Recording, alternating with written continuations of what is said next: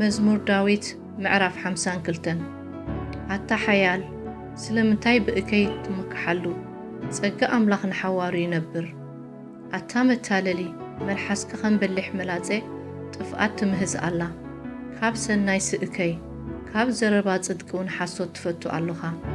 አታ ሓሳዊት መልሓስ ቃላት ጥፍኣት ዘበለ ትፈቱ ኣለኺ ስለዚ ኣምላኽ ንሓዋሩ ከጥፍኣኪ እዩ ክሕዘኪ ካብ ድንኳንኩን ክምንጥለኪ ካብ ምድሪ ሕያዋን ክምሕወኪ እዩ ጻድቃን ቃነ ዝርኦም ይፈርሁ እሞ እንሆ እቲ ብብዝሒ ሃብቱ ተወኪሉስ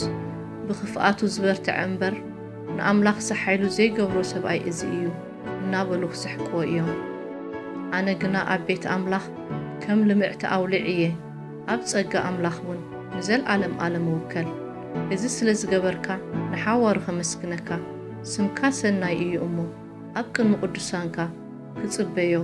እየ